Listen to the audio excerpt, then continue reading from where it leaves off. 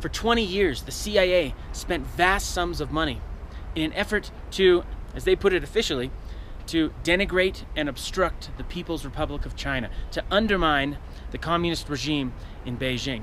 And they're dropping leaflets over mainland China, they're dropping agents over mainland China, most of whom would die.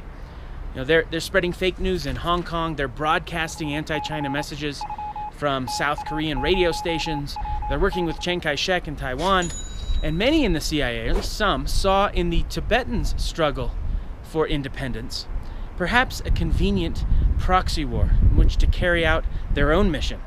Over the course of the decade, and with the initial approval of President Dwight Eisenhower, the CIA spent tens of millions of dollars arming, training, and supporting hundreds of Tibetan guerrilla fighters. These are independence movement fighters. The CIA dropped tons of weaponry and supplies and ammunition and whatnot to these guys in Tibet. See, after the communists defeated the nationalists in the Chinese Civil War, Mao turned to Tibet. And though the Tibetans put up a noble defense, in the end they were no match for the seasoned People's Liberation Army. That word liberation. Mao foisted on the Tibetans in the end a sham agreement for the liberation of Tibet, and the PLA rolled into Lhasa. Meanwhile, in the countryside, resistance still remained strong, resistance against the Chinese, particularly that led by a guy named Gompo Tashi Andruktsang, the leader of the Chushi Gangdruk. Now, the Chushi Gangdruk fought valiantly, and, if reports are to be believed, remarkably successfully, especially given the fact that these weren't real soldiers, these weren't trained soldiers, you know, these are farmers, and they're up against, as I said, veteran PLA and seemingly numberless PLA. So how are they supposed to fare in the end against that? Well, that's where the CIA came in. See, the CIA had previously approached the Dalai Lama's older brother, and now he reactivated that relationship. And before long, you've got half a dozen Chushi Gangdruk members whisked away on a plane, something, of course, they'd never even really seen before. They're taken to the island of Saipan, where they're trained in modern weaponry. They're trained in codes and espionage and guerrilla tactics, and crucially, in the use of a ham radio transmitter. Soon, CIA-trained Tibetan guerrilla fighters were being parachuted into Tibet from American planes. And it wasn't long after that that the Americans began dropping the weaponry too. And of course, all the while, you've got a couple CIA-trained ham radio operators keeping the CIA abreast of happenings in Tibet, including the reorganization of the Chushi Gangdruk into a more broadly based, resistance movement. Now, this was all very romantic to the CIA officers involved, getting messages from faraway exotic Tibet. But for the Tibetans in the fight, obviously this was life or death. And not just life or death for them, but life or death for their country, for their religion, for their culture, for their language. But CIA assistants didn't stop with training a handful of Chushi Gangdruk members and dropping a ham radio and some weapons. No, in fact, the CIA prepared an entire training camp.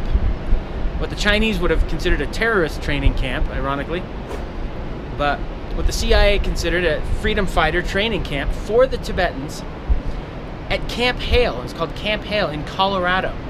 So the Tibetans could be reminded of home by the Rocky Mountains. And here they flew many guerrilla fighters to be trained, or at least future guerrilla fighters, to be trained, again, in weaponry and guerrilla tactics and codes and espionage and operation of radios and the whole 9 yards. The whole time, the Tibetans assumed that the Americans were really in it to help free Tibet. I mean, they thought that, Ike Eisenhower, whose picture hung there at Camp Hale smiling down upon them, was really in it for them. In fact, by at least one account, some of the CIA officers themselves began to be convinced that maybe America was actually in this to free Tibet. All this time, of course, the Chinese government is militarily occupying Tibet. Okay? They've committed atrocities in Tibet, especially in eastern Tibet. There's refugees flooding into Lhasa throughout this decade, the near decade. But throughout this period, the Chinese government is able to maintain a sort of shaky facade of cooperation between the Dalai Lama's government in Lhasa and itself. But when it became apparent, or at least word spread, that the Chinese were planning to get rid of the Dalai Lama, to assassinate the Dalai Lama.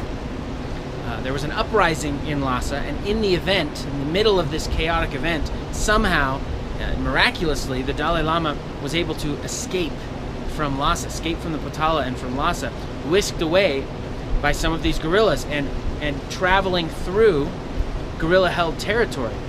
And we know that at least a couple of the guerrillas that personally accompanied him the whole way to the Indian border were these CIA-trained guerrillas from Camp Hale. Well, this changed everything. The facade shattered. You know, Mao now had no reason to hold anything back. The Tibetans thought it was bad before. Now that the Dalai Lama had left, it got far, far worse. China's repression of Tibet had really only just begun, and begun with a vengeance. The armed resistance discovered that the Chinese could send almost inexhaustible numbers of troops and military units far away to Tibet, and they were hounded and they were killed like never before. At one point, the Chinese discovered the armed resistance main base and actually hit it, killing thousands, including many women and children, and including almost all of the CIA-trained fighters. This single event effectively spelled the end of any meaningful armed resistance.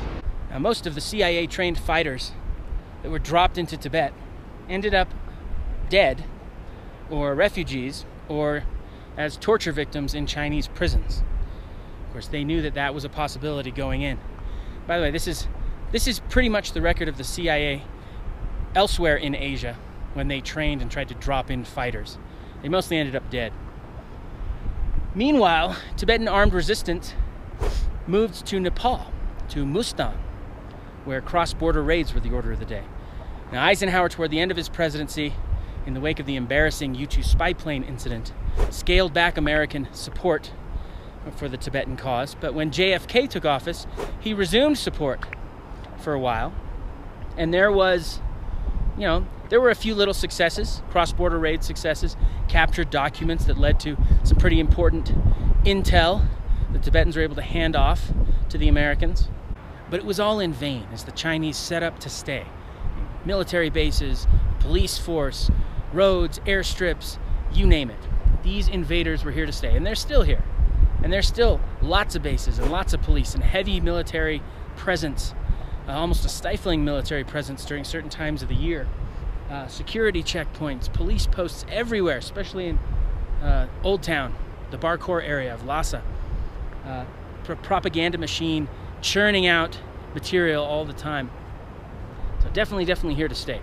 With the foreign policy of Richard Nixon and Henry Kissinger, with the United States rapprochement with China, I mean, that was it. That was it. The U.S., of course, couldn't continue to support armed resistance in the name of Tibetan independence, obviously. When the Tibetan armed resistance was forced to shut down its operations in Nepal, by Nepalese forces, many of the freedom fighters committed suicide. We know that at least one CIA-trained fighter cut his own throat. Another CIA-trained fighter, refusing to die like that, charged Nepalese forces and died at their hands.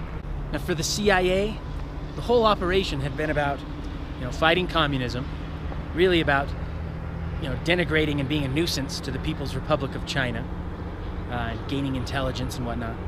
For the Tibetans, the fight had been about regaining the independence of their country. And in the end, these two goals turned out to be incompatible. And the failure of Tibetan armed resistance was added to the agency's long list of interventionist failures.